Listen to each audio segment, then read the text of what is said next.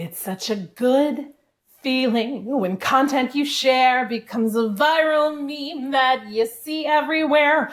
But if epic content's your plan, I think you need to hear today's rant, because this is where I go off on epic content.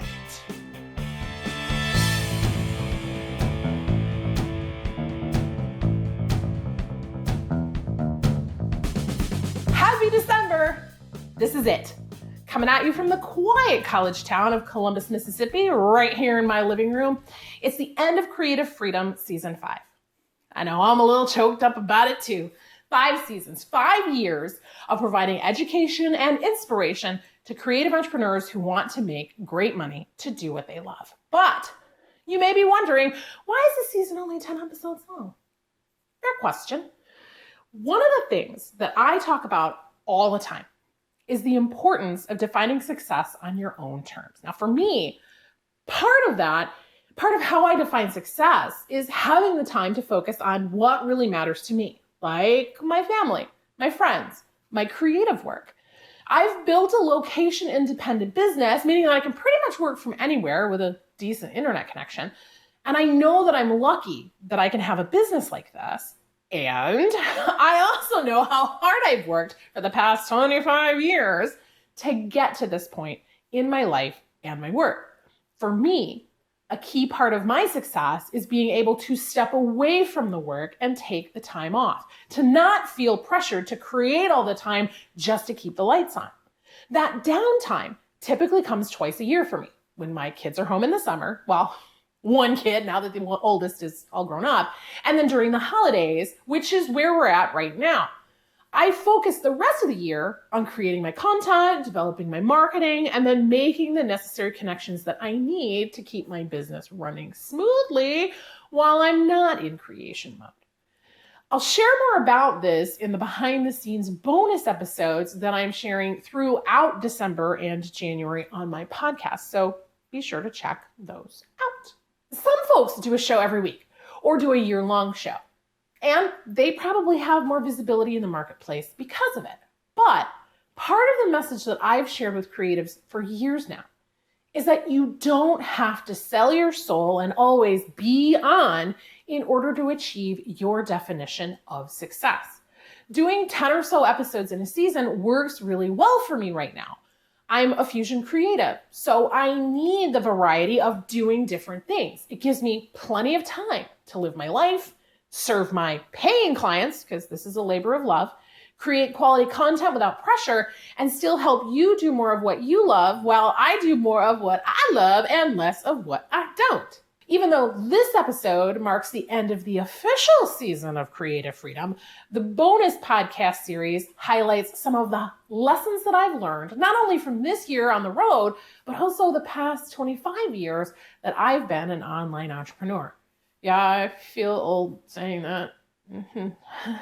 This content explores how I've implemented those lessons in my business as well as with my clients. And speaking of content, this is the episode where I get a little ranty. There's usually one every season, and today I am on a tear about epic content. I actually saw a marketing coach the other day say, you're only one email or one social post away from making bank, which is a mighty heap of crapola.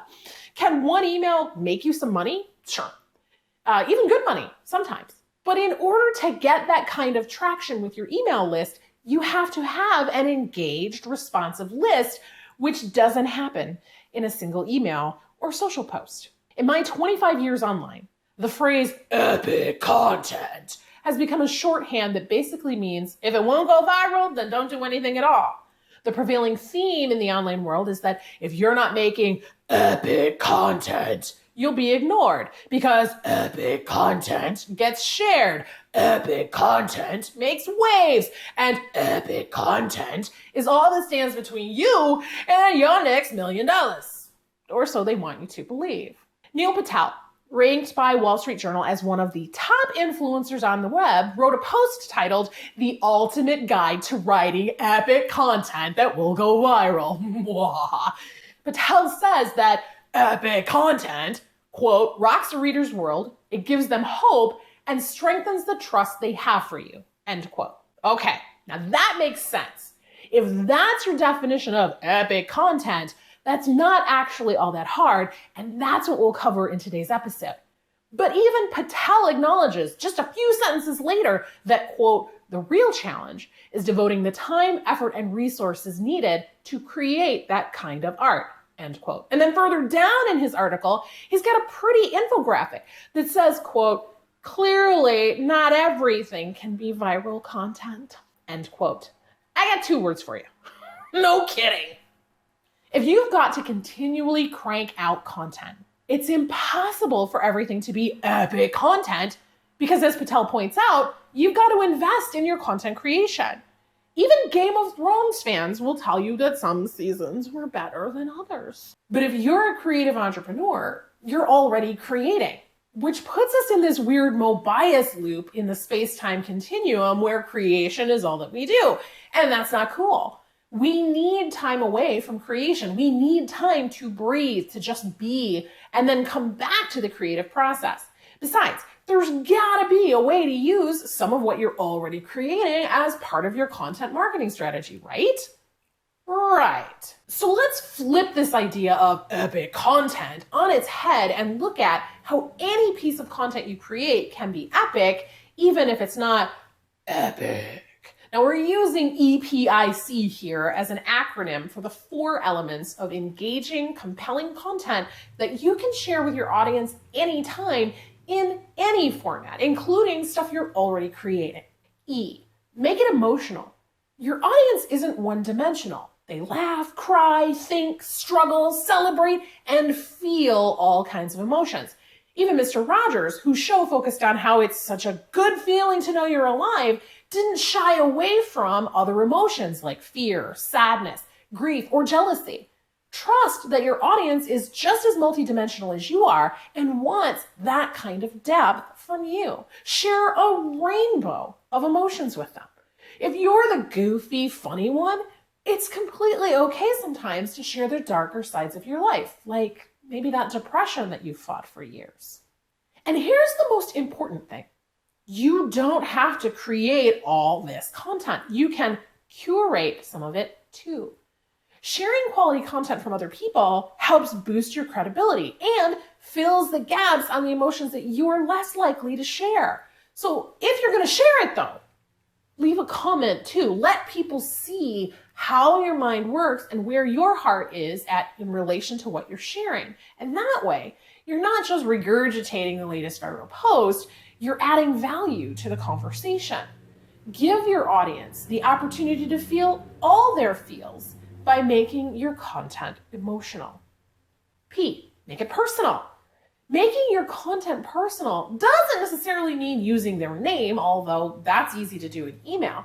In this case, I mean, be sure that it's relevant.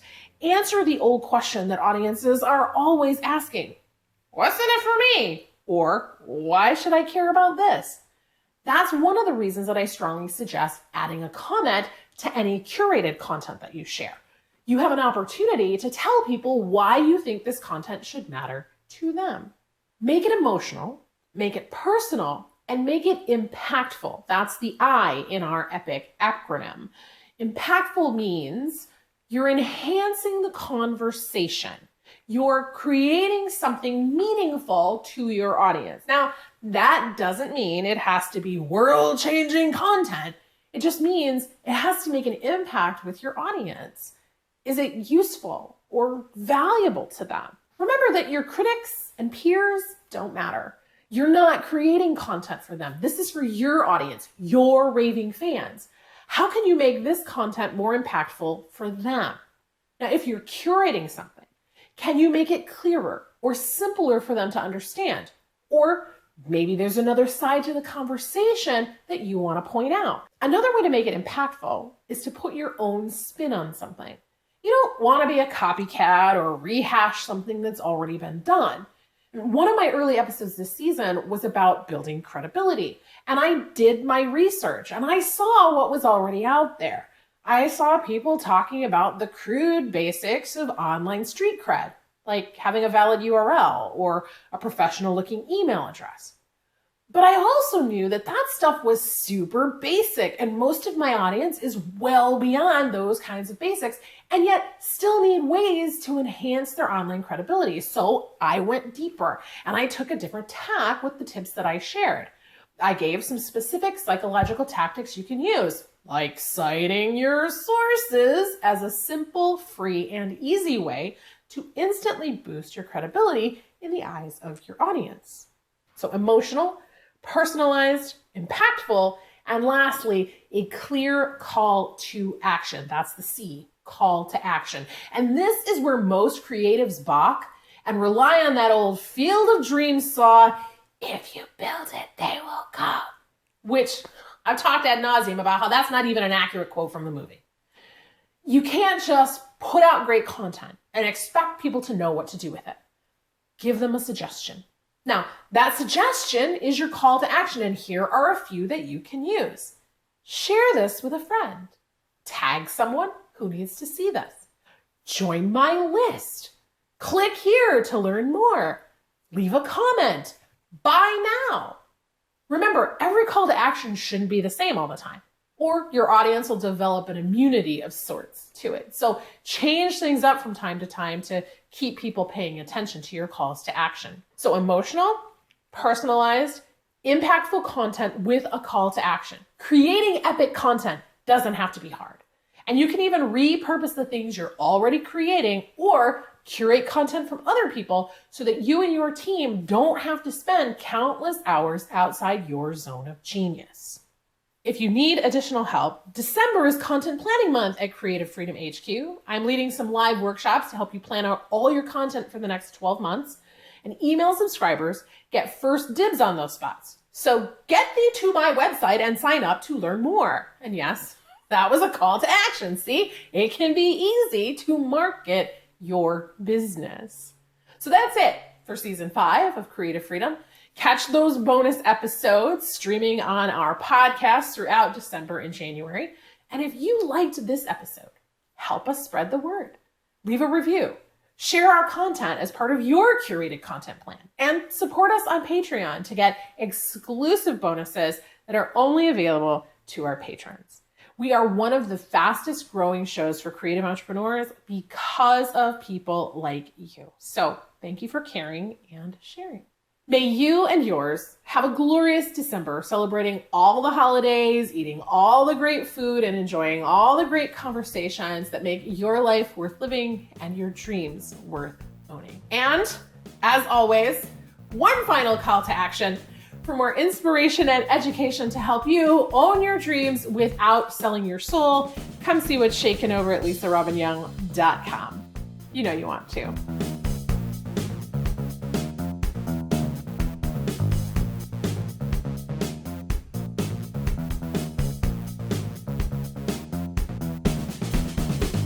I'll be back when the year is new, and I'll have more ideas for you. You'll have things you'll want to talk about, and I will too.